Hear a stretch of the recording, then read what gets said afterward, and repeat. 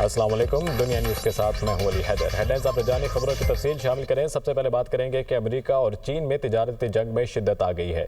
امریکہ کا چین پر 104% ٹیرف عائد کرنے کا اعلان۔ چین پر آج سے 104% ٹیرف نافذ ہوگا۔ وائٹ ہاؤس نے تصدیق کر دی۔ وائٹ ہاؤس کی پریس سیکرٹری کا کہنا ہے کہ چین کا ٹیرف پر جوابی کارروائی کرنا غلطی تھی۔ اگر چین معاہدہ کرتا ہے تو ریلیف ملے گا۔ تقریباً 70 ممالک ٹیرف پر بات چیت شروع کرنے کے لیے رابطہ کر چکے ہیں۔ معاہدے ان سے کیے جائیں گے جو امریکہ کو فائدہ پہنچائیں، تجارتی خسارہ پورا کریں۔ White House press secretary Karoline Leavitt نے مزید کہا کہ اسرائیلی وزیر اعظم نیتن یاہو نے امریکی تجارتی خسارہ ختم کرنے کا وعدہ کیا۔ ہر ملک کے لیے تمام آپشن مذاکرات کی میز پر ہیں۔ ٹرمپ نے ہر ملک کے ساتھ تجارتی معاہدے کرنے کی ہدایت کی۔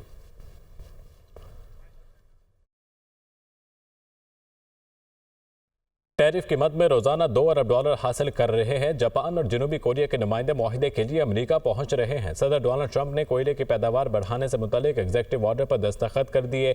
کہا، ہم ایک ایسی صنعت کو واپس لا رہے ہیں جسے طرح کر دیا گیا۔ کوئلے کی کارکنی کو فروغ دینے کے لیے دفاعی پیداوار کا قانون استعمال کریں گے۔ امریکی صدر کا وائٹ ہاؤس میں منعقدہ تقریب میں اظہار خیال۔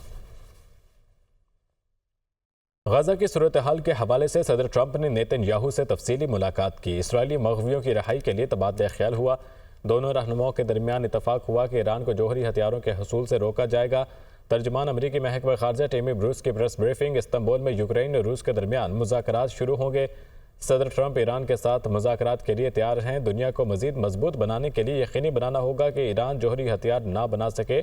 ٹیمی بروس کی جانب سے ایسا کہا گیا۔ غزہ کی صورتحال کے حوالے سے صدر ٹرمپ نے نیتن یاہو سے تفصیلی ملاقات کی۔ اسرائیلی مغویوں کی رہائی کے لیے تبادلہ خیال ہوا۔ وزیر اعظم شہباز شریف نے کہا ہے کہ پاکستان کے معدنی وسائل کی مالیت کھربوں ڈالر ہے۔ ہمارے پاس دنیا کے سب سے بڑے کوئلے کے ذخائر ہیں۔ بلوچستان، کے پی اور گلگت بلتستان کے پہاڑوں میں معدنی ذخائر ہیں۔ معدنی وسائل سے پاکستان قرضوں کے چنگل سے نکل سکتا ہے۔ ریکوڈک منصوبے پر پیش رفت خوشائند ہے۔ معدنیات کے شعبے میں سرمایہ کاری سب کے لیے سود مند ثابت ہو سکتی ہے۔ Ladies and gentlemen, all other relevant departments and of course very valuable support from the Chief Army Staff and his colleagues, our international partners, all this put together, alhamdulillah, we have been blessed with a very fertile land in the province of Punjab and Sindh and other parts of Pakistan. Pakistan has been blessed by Allah Almighty. Infinite natural resources from the rugged mountains of Balochistan, snow-covered mountains of KP to pristine tips of Gilgit, Baltistan, Azad Kashmir, and then to the valleys of Sindh and plains of Punjab. And this is not a secret, but in the public domain, these deposits value trillions of dollars. Pakistan will be able to get rid of a mountain of loans, borrowed sums of monies, costing us a fortune. All potential investors in Pakistan and abroad, whether they are from Gulf states, they are most welcome. Chief of army staff general Syed Asim Munir نے کہا ہے کہ مجھے پختہ یقین ہے کہ پاکستان عالمی معدنی معیشت میں ایک رہنما کے طور پر ابھرنے کے لیے تیار ہے۔ اسلام آباد میں منرل انویسٹمنٹ فورم سے خطاب میں سپہ سالار نے عالمی اداروں کو دعوت دی کہ وسائل کی ترقی میں سرمایہ کاری اور شراکت داری کریں۔ اسلام آباد سے رپورٹ۔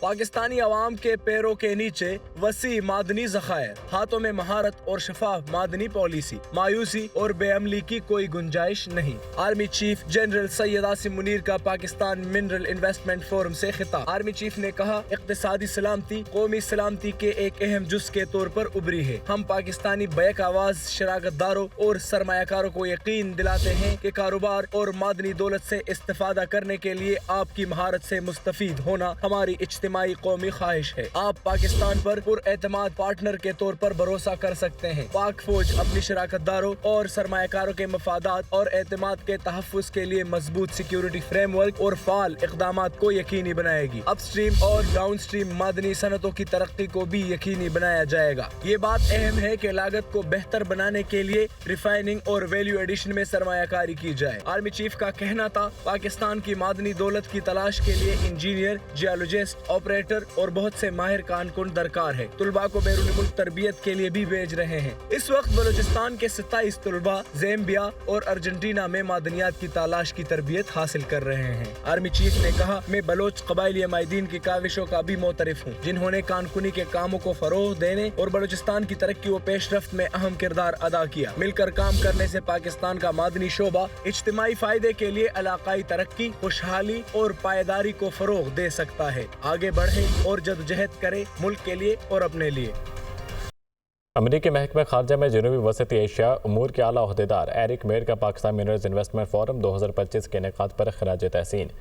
2 روزہ پاکستان منرلز انویسٹمنٹ فورم 2025 کی افتتاحی تقریب میں شرکت۔ امریکی وزارت خارجہ کے اعلیٰ عہدیدار ایرک میر کا کہنا تھا کہ میں پاکستان کی مہمان نوازی سے لطف اندوز ہو رہا ہوں۔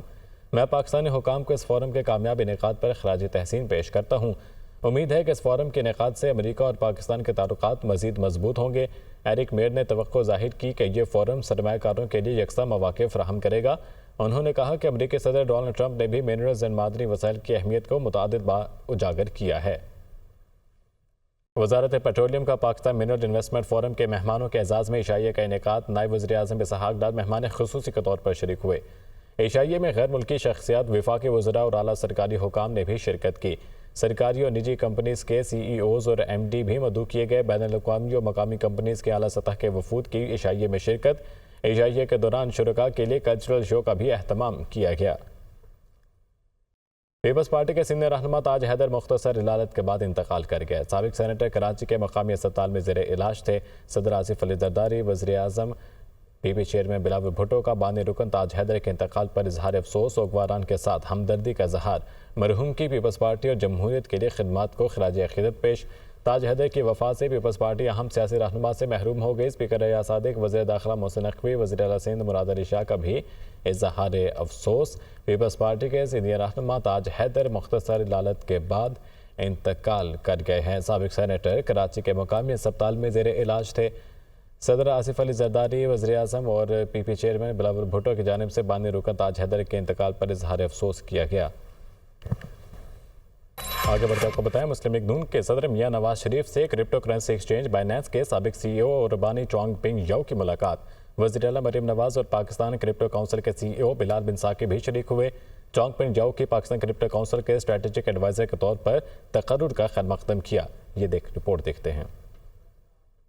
مسلم لیگ نون کے صدر میاں نواز شریف سے کرپٹو کرنسی ایکسچینج بائنانس کے سابق سی ای او اور بانی چینگ پنگ ساؤ نے ملاقات کی۔ ملاقات میں وزیر اعلیٰ پنجاب مریم نواز اور پاکستان کرپٹو کونسل کے سی ای او بلال بن ثاقب بھی شریک ہوئے۔ ملاقات میں ڈیجیٹل اکانومی پر تبادلہ خیال کیا گیا۔ بائنانس کے بانی نے نواز شریف کے ایمرجنگ ٹیکنالوجیز کے ویژن کو خراج تحسین پیش کیا۔ میاں نواز شریف نے کہا، مسٹر زاؤ جیسی قابل قدر شخصیات سے ملاقات میں ترقی اور مواقع کی نئی راہیں ہموار ہوتی ہیں۔ پاکستان اختراعی تبدیلیوں کا شراکت دار بننے کے لیے تیار ہے۔ پاکستان کو دور جدید کے تقاضوں کے مطابق بدلتی ہوئی ٹیکنالوجیز کو اپنانا ہوگا۔ وزیر اعلیٰ مریم نواز نے کہا، پنجاب مستقبل کی ٹیکنالوجیز کو اپنانے کے لیے تیار ہے۔ ہماری توجہ نالج بیس ٹیکنالوجی پر مرکوز ہے۔